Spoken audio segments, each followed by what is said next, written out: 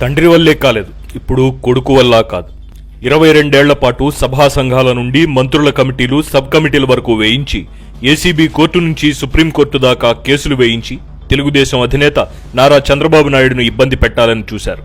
కానీ చంద్రబాబుపై ఒక్క ఆరోపణ కూడా రుజువు చేయలేకపోయారు. ఎందుకంటే నిజాయితీ నిప్పు వంటిది, దానికి చెదలు పట్టించడం ఎవరి వల్ల కాదు. అయినా వైఎస్ కుటుంబం ఆ ప్రయత్నం మానుకోవట్లేదు. వైఎస్ రాజశేఖర రెడ్డి, విజయమ్మ విఫలమయ్యాక ఇప్పుడు వారి కొడుకు జగన్ రెడ్డి చంద్రబాబుకు అవినీతి మరక అంటించేందుకు వృధా ప్రయత్నం చేస్తున్నాడు. ఒక్కసారి గతంలోకి వెళ్తే వైఎస్ కుటుంబం ఈ ప్రయత్నాల్లో ఎలా భంగపడింది తెలుసుకోవచ్చు. చంద్రబాబుపై 1999 నుంచి కేసుల పర్వం మొదలైంది. కేసు 1 సంవత్సరం 1999. కేసు వేసింది వైఎస్ రాజశేఖర రెడ్డి. చంద్రబాబు అక్రమాస్తులు సంపాదించారని, విచారణ జరిపించాలని కేసులైతే వేశారు. కానీ వాటికి సంబంధించి ఎలాంటి ఆధారాలు ఇవ్వని కారణంగా కేవలం రాజకీయ ఆరోపణలు చేశారని భావిస్తూ హైకోర్టు ఈ కేసుని నవంబర్ 2, 1999న కొట్టేసింది. కేసు 2 1999. పిటిషన్ వేసింది వైఎస్ రాజశేఖర రెడ్డి. చంద్రబాబు అక్రమాస్తులు సంపాదించారని, విచారణ జరిపించాలని మళ్లీ అదే పాట పాడుతూ కేసు పెట్టారు. కానీ ఈసారి కూడా ఎలాంటి ఆధారాలు ఇవ్వకపోవడంతో కోర్టు చీవాట్లు పెట్టింది. దీంతో కోర్టుకు క్షమాపణ చెప్పి పిటిషన్ వెనక్కి తీసుకున్నారు. కేసు 3 సంవత్సరం 1999. పిటిషన్ వేసింది వైఎస్ రాజశేఖర రెడ్డి. చంద్రబాబు అక్రమాస్తులు సంపాదించారని, విచారణ చేయాలని ఈసారి సుప్రీంకోర్టులో పిటిషన్ వేశారు.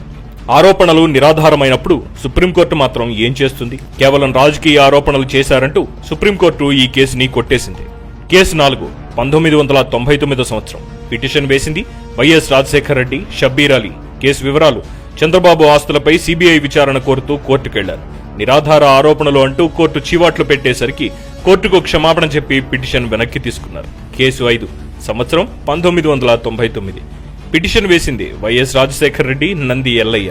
చంద్రబాబు ఆస్తులపై సిబిఐ ఎంక్వైరీ వేయాలంటూ వెళ్లిన వీరు మళ్లీ కోర్టు చీవాట్లు తిని తిరిగి కోర్టుకు క్షమాపణ చెప్పి పిటిషన్ వెనక్కి తీసుకోవాల్సి వచ్చింది. అయినా బుద్ధి మార్చుకోలేదు. కేసు 6 సంవత్సరం 1999. పిటిషన్ వేసింది వైఎస్ రాజశేఖర రెడ్డి, పిట్ల కృష్ణ. కిందటి కేసుల మాదిరిగానే ఎలాంటి ఆధారాలు ఇవ్వని కారణంగా కేవలం రాజకీయ ఆరోపణలు చేశారని హైకోర్టు ఈ కేసును కూడా కొట్టేసింది. కేసు నంబర్ 7 సంవత్సరం 1999. పిటిషన్ వేసింది వైఎస్ రాజశేఖర రెడ్డి, డిఎల్ రవీంద్రారెడ్డి. చంద్రబాబు ఆస్తులపై సిబిఐ విచారణ జరిపించాలని కోర్టుకు వెళ్లిన వీరు చివరికి కోర్టుకు క్షమాపణ చెప్పి పిటిషన్ వెనక్కి తీసుకున్నారు. కేసు నంబర్ 8 సంవత్సరం 1999. పిటిషన్ వేసింది వైఎస్ రాజశేఖర రెడ్డి, ముద్రగడ పద్మనాభం. చంద్రబాబు ఆస్తులపై సిబిఐ విచారణ జరపాలంటూ పాత కేసే మళ్లీ వేశారు. కానీ ఈసారి పిటిషనర్ మారారు, అంతే. ఫలితం మాత్రం అదే వచ్చింది. కేసు 9 సంవత్సరం 1999.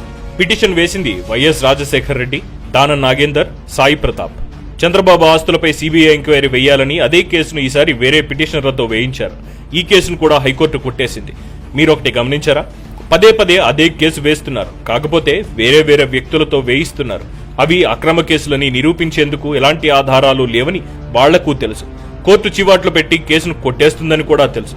అయినా మళ్లీ అదే కేసును వేయడంలో వాళ్ల ఉద్దేశం ఏమంటే చంద్రబాబును తమ అవినీతి గురించి ఆలోచించకుండా ఆయనను డిస్టర్బ్ చేయడం, తద్వారా తమ అక్రమాలకు లైన్ క్లియర్ చేసుకోవడం.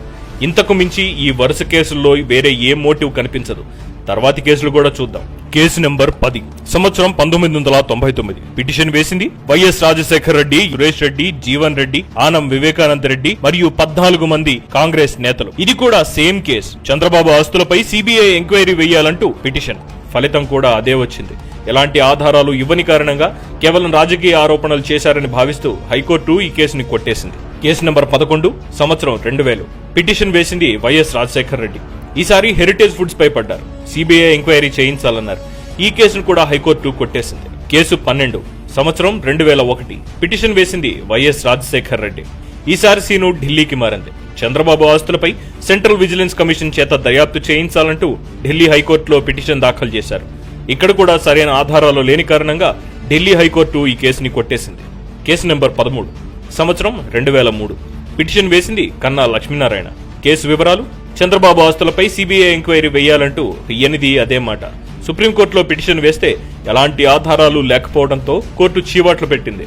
కోర్టుకు క్షమాపణ చెప్పి పిటిషన్ వెనక్కి తీసుకున్నారు. కేసు 14 సంవత్సరం 2004. పిటిషన్ వేసింది కన్నా లక్ష్మీనారాయణ. సుప్రీంకోర్టు చివాట్లు పెట్టినా బుద్ధి తెచ్చుకోకుండా చంద్రబాబు ఆస్తులపై సిబిఐ ఎంక్వైరీ వేయాలంటూ మళ్లీ హైకోర్టుకు వెళ్లారు. ఇందులో రాజకీయ దురుద్దేశం కనిపిస్తోందంటూ హైకోర్టు ఈ కేసుని కొట్టేసింది. కేసు నంబర్ 15 సంవత్సరం 2005. పిటిషన్ వేసింది లక్ష్మీపార్వతి. చంద్రబాబు ఆస్తులపై విచారణ కోరిన లక్ష్మీపార్వతి కూడా కోర్టుకు ఎలాంటి ఆధారాలు చూపించలేకపోవడంతో హైకోర్టు ఈ కేసుని కొట్టేసింది. కేసు నంబర్ 16 సంవత్సరం 1997. పిటిషన్ వేసింది రెడ్యానాయక్. హైదరాబాద్లోని ఎన్టీఆర్ ట్రస్ట్ భవన్ కు ఇచ్చిన స్థలంపై విచారణ జరిపించాలన్న ఈ కేసు నిరాధారమైనదని అంటూ హైకోర్టు ఈ కేసుని కొట్టేసింది. Case number 17. పిటిషన్ వేసింది రెడ్యానాయక్.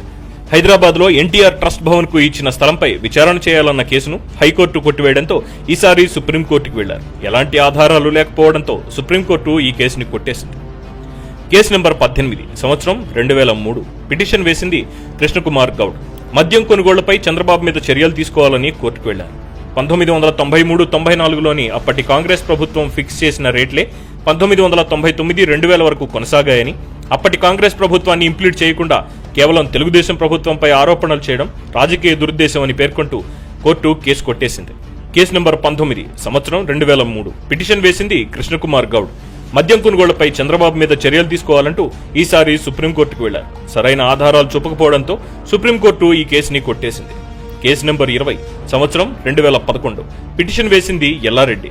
ఎంఆర్ ప్రాపర్టీస్ లో చంద్రబాబు పాత్రపై విచారణ చేయించాలంటూ కోర్టుకు వెళ్లారు. ఎలాంటి ఆధారాలు ఇవ్వని కారణంగా ఇవి కేవలం రాజకీయ ఆరోపణలు అంటూ హైకోర్టు ఈ కేసుని కొట్టేసింది. కేసు నంబర్ 21 సంవత్సరం 2001. పిటిషన్ వేసింది పి జనార్దన్ రెడ్డి. సోమశేఖర్ కమిషన్ కొనసాగించి చంద్రబాబుపై విచారణ జరిపించాలని పిటిషనర్ కోరగా 1999 తరువాత సోమశేఖర్ కమిషన్ కొనసాగించాల్సిన అవసరం లేదంటూ హైకోర్టు ఈ కేసుని కొట్టేసింది. కేసు నంబర్ 22 సంవత్సరం 2004. పిటిషన్ వేసింది పాల్వాయి గోవర్ధన్ రెడ్డి.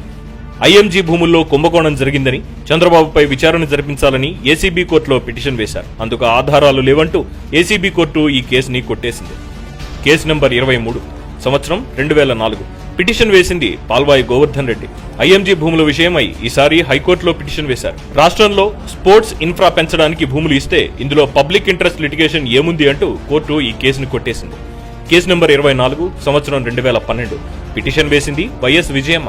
చంద్రబాబు ఆస్తులపై సిబిఐ ఎంక్వైరీ వేయాలని చేసిన ఆరోపణలనే మళ్లీ చేస్తూ ఎలాంటి ఆధారాలు ఇవ్వకుండా వేసిన ఈ కేసుని మీరు వెనక్కి తీసుకుంటారా, మమ్మల్ని ఆదేశాలు ఇవ్వమంటారా అని కోర్టు ఆదేశించడంతో పిటిషన్ వెనక్కి తీసుకున్నారు విజయమ్మ. ఆధారాలు లేకున్నా పదే అదే ఆరోపణలు చేస్తూ కోర్టుకు వెళ్లడం వెనక వీళ్ల ఉద్దేశం ఒకటే, కేవలం చంద్రబాబుని ఇబ్బంది పెట్టడం, తమ అవినీతి మకిలిని చంద్రబాబుకు అంటించడానికి ప్రయత్నాల మీద ప్రయత్నాలు చేయడం, ఆరోపణలు చేయడం తప్ప ఆధారాలు చూపించలేని దద్దమ్మలు ఇప్పుడు కూడా అదే అక్రమ కేసులను మళ్లీ పెడుతున్నారు. అమరావతి భూముల విషయమై ఎలాంటి ఇన్సైడర్ ట్రేడింగ్ కానీ అక్రమాలు కానీ జరగలేదని హైకోర్టు ఒకసారి చెప్పాక అదే విషయమై మళ్లీ కేసులు పెట్టడం ఏంటి? తండ్రి చేసిన తప్పులనే కొడుకు చేస్తూ ఉండొచ్చుగాక. అంత మాత్రాన చంద్రబాబుకు సంబంధించి వెంట్రుకపాటి అవినీతిని కూడా వీళ్లు నిరూపించలేరు. ఎందుకంటే చంద్రబాబు ఎన్నటికీ అవినీతికి పాల్పడరు. ఎందుకంటే సింహం ఎప్పటికీ గడ్డి తినదు.